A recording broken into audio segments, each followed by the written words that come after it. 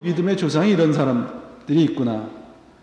그렇다면 결국 우리의 인생, 우리의 삶은 무엇을 남기느냐, 무엇을 이루어 놓느냐에 의해서 하나님의 족보에 들어가고 달라지는 것이 아니라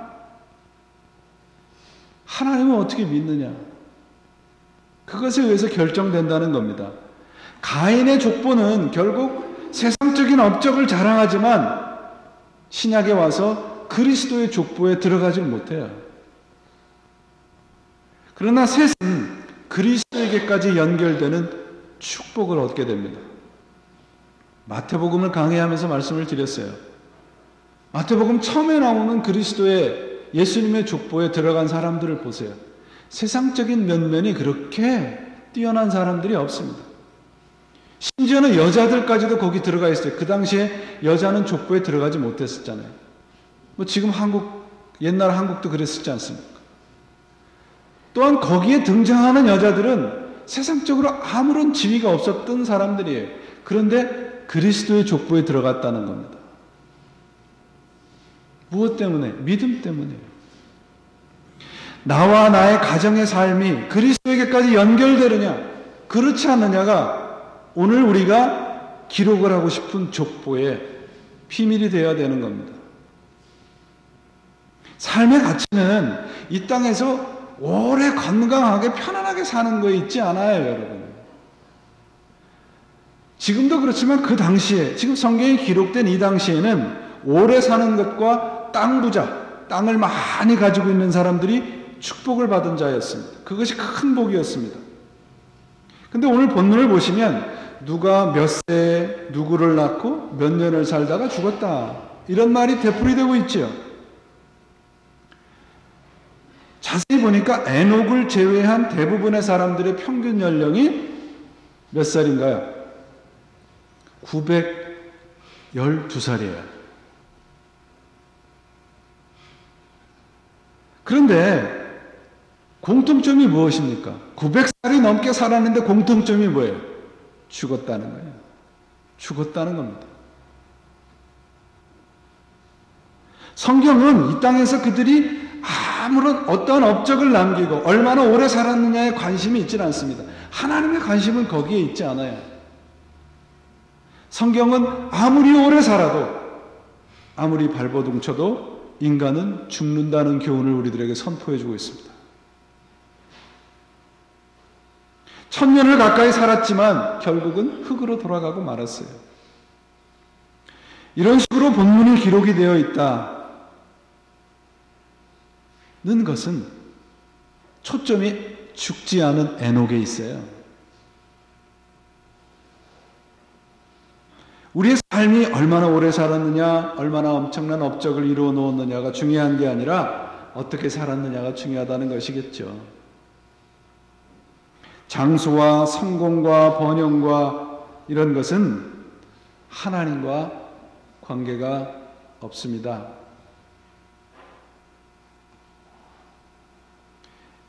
오늘 본문에 등장하는 에녹을 보세요. 에녹은 몇 살에 죽었습니까? 몇 살까지 살았습니까? 에녹은 죽었다는 표현이 없습니다. 에녹은 365세를 살았습니다. 지금으로 말하자면 40대에 죽은 거예요. 40대.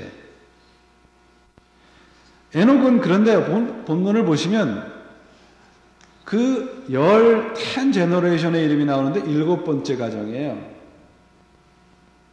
7은 무슨 숫자입니까?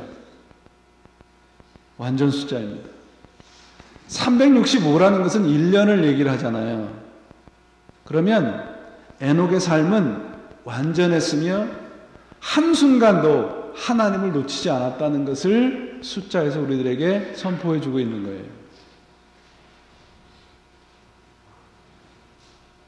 에녹의 삶 전체가 완전한 삶을 살았다는 것을 말씀해 주고 있습니다. 신약의 히브리서 11장에도 에녹을 하나님을 기쁘시게 하는 삶을 살았던 사람이라고 기록해 놓고 있습니다. 삶의 길이는 그렇게 중요하지 않아요, 여러분. 삶의 깊이와 내용이 더 중요하죠. 근데 우리의 삶의 깊이와 내용은 하나님에 의해서 결정이 되는 겁니다. 에녹이 죽음을 보지 않고 하나님의 나라로 갔다라고 기록을 하고 있는데 그 이유가 무엇입니까? 여러분 성경에 뭐라고 기록해 되어 있습니까? 그 이유가 뭐라고 기록을 하고 있습니까? 예? 어머니 날이라고 대답 안 하시기로 결정하셨습니다. 하나님과 동행했기 때문에, 하나님과 동행했기 때문에 에녹은 죽음을 보지 않고 하나님의 나라에 갔다고 성경이 기록을 하고 있습니다. 성경은 에녹에 대해서 세상적인 화려한 수식어를 그에게 동원하지도 않았고 종교적인 업적도 나열해 놓지 않았습니다. 아주 평범하게 성경은 에녹은 65세에 무두셀라를 낳았고 무두셀라를 낳은 후 300년을 하나님과 동행하며 자녀를 낳았으며 그가 365세를 향수하였더라. 한 센텐스예요. 근데 하나님과 동행했다는 게 에녹이 죽음을 보지 않고 갔다는 것입니다. 에녹은 우리와 같이 평범하게 결혼해서 자녀를 낳았고 그 자녀를 낳은 후에 모든 삶을 하나님과 동행하다가 하나님의 나라로 갔다는 거예요.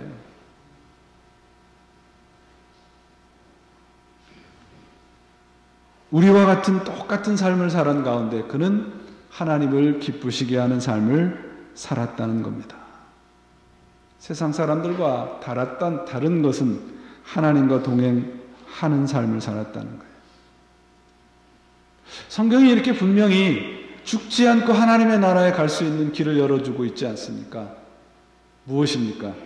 하나님과 동행하는 삶을 사는 겁니다. 우리 신자의 가정에게 그리고 부모로 살아가는 우리들에게 자녀로 살아가는 우리들에게 주시는 메시지가 있잖아요. 성경이 가르치는 효는요, 무슨 유교에서 말하는 도덕적인 훈계가 아닙니다. 영적인 차원이에요. 부모가 자녀에게, 자녀가 부모에게 성경적인 효는 무엇인가 하면 서로가 서로에게 구원에 대해서 책임을 지는 존재가 되는 거예요.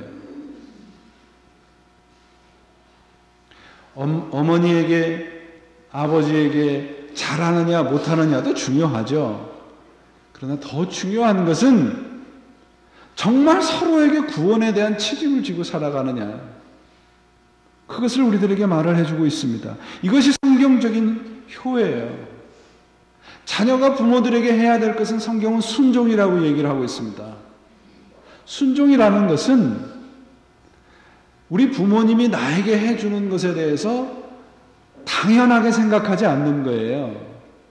아, 부모니까. 나를 낳아줬으니까. 좋은 옷 주고, 좋은 음식을 주고, 좋은 집에서 살게 하고, 남들보다 더 좋은 환경에서 생활하게 만든 것이 당연하다고 생각하는 것은 효자가 아니라는 얘기입니다.